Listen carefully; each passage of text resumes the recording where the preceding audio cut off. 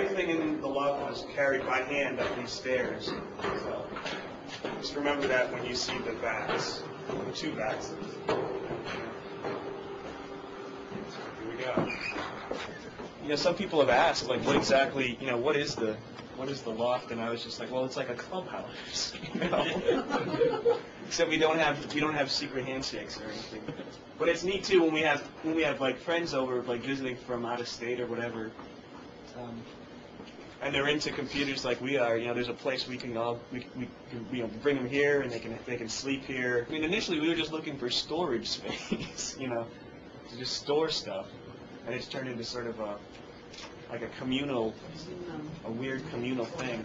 I've had a lot of this stuff for years. It's been in my basement, just sitting there, and I've never been able to use it. And now I've been able to bring it over here to the loft and actually use the stuff and play with it and see what it can actually do. Talk to somebody, you know, over the net and say, oh, I got a question about, you know, blah, blah, blah, and it's like, all right, let me dig out my manual and look it up. Well, I mean, here you can go and read somebody else's manual or ask them face-to-face, and it's a lot easier to share information when you're talking face-to-face. All these manuals. I know. Yeah, no shit. The actual hardware, you can't get that online, and yeah. So you can. Like I want to learn how to hack NetWare 311. Well, come here. You can hack our own LAN. You know, I don't care. It's this project that me and Brian Oblivion are working on. It's basically just a telephone dialer run off a microprocessor. It's like the Demon dialer from Hacktick. It can just do. It does all the tones: blue box, red box, green box. It's just the access to the technology is like centralized here, you know, in a place where anybody can come, you know, who's really into it and learn. I mean, that's the most important thing. We want to learn about everything. So.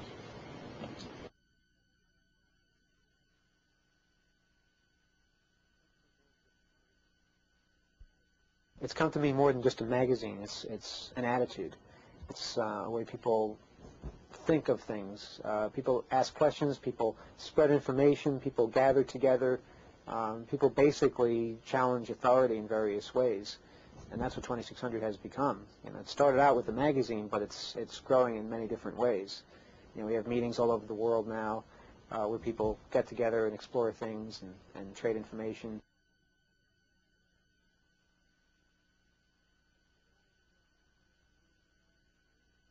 Not anymore. Now I'm getting into the internet, the next step. Yeah. I got the site, you know that guy Video Vindicator?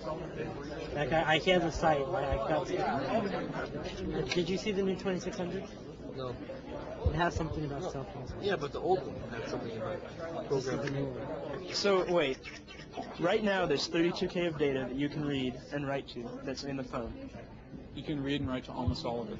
Except for the code. Some of it's software. The NAM shit is software protected. Yeah. The ESN's hardware protected. So we have to cut a trace. Maybe. Dude, why couldn't they just like make it real simple so you could like plug the shit in, write your code? Other people do. You know why they don't? Because it's cheaper that way, man. It's cheaper. Oh, you should stop by. Probably, don't they have one down in San Diego? Ooh, isn't this fun? Let's scan and see what kind of signal strengths we get. Okay. Right now we're scanning the cellular channels. It's illegal if we listen to the conversation. Haha, but we're not. How about you come pick me up and we go over to the event ourselves together?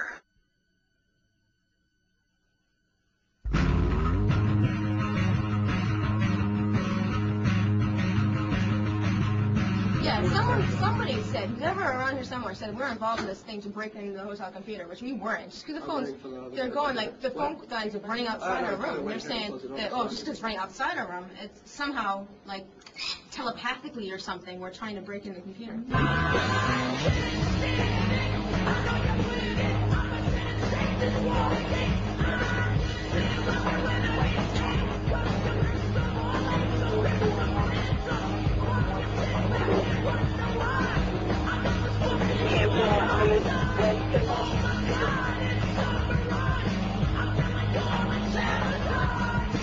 First of all, I have a public service announcement here. As a result of things that happened last night, I think that it's very important for people to practice this. I want everyone to repeat after me. Okay? I want to talk to my lawyer. And if anybody's wondering, that's why all the police were here last night, because they were busting the Wares board.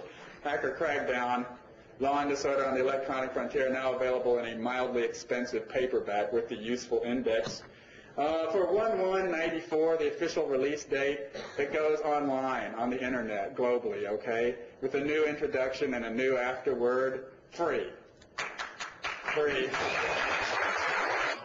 The reason I put on HoCon is I feel it's fairly important to bring everybody from all walks of, the computer industry and telecommunications together, both the quote-unquote hackers and freakers and people from the telco and computer security business, so they can meet each other face-to-face and get good discussions going and talk to each other and establish debates and panels and kind of get to know one another. Why does the hacker community have to go to the security community, the guys in the suits and everything, and force them to sit down and listen and have to risk getting busted, risk being exposed or whatever? There's two answers to that. First of all, the guys who make a living doing security and are trying to protect themselves are scared shitless of you because you can just ruin them. And the fact that you haven't until now, they're just trying to go, well, what do they want? Why aren't they ruining us? They can. Why aren't they? They can do it. You can do it. So they're scared of you, first of all. Second of all, they can't find you. You hide very well. That's what you do. That's why most of you don't use your real names. That's why nobody filled in the paperwork out in the front that says, please give us your phone number. Who's stupid enough to give their phone number at a HackerCon? I don't know. It's 2 o'clock in the morning, and we know exactly what phone line someone's calling in on, and they're going from there to doing an RM minus RF in Colorado Springs. And I call Southwestern Bell, and I say, we've got a hacker, and we would like you to do a tap trace. Well, we're sorry, we can't do that without a court order. It's 2 o'clock in the morning. I can't get a court order. And say, well, we're sorry, sir. Unless you get a court order, we're not going to do the tap trace. So we're thinking of changing our login message to hackers are respectfully requested to call only between the hours of 9 and 5, Monday through Friday. It just kind of denotes that, all the rumors are true. And on the back this year we have the HoCon 93 top 10 NARC list.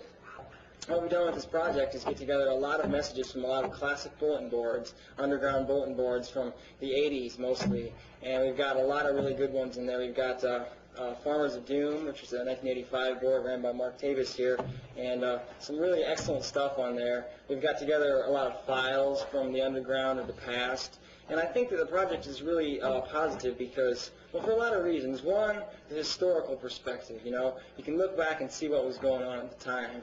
And two, a lot of the things in there, there's theoretical background that can still apply to today's underground, And three, I think that, the social scene was different then. This is before Wired and Mondo and everything. This was TAP and 2600 were around. This year I had more than just a few security personnel tell me that they were really happy that they came because they got a chance to meet the people that they considered to be little rampant chaotic anarchists who had nothing better to do than go blow stuff up and break into every system out there and just cause chaos and destruction. And when they meet them face to face and they find out that they're quite intelligent and well-spoken and polite, and they can talk to them one-on-one and really get to know them, I think that their opinions kind of change.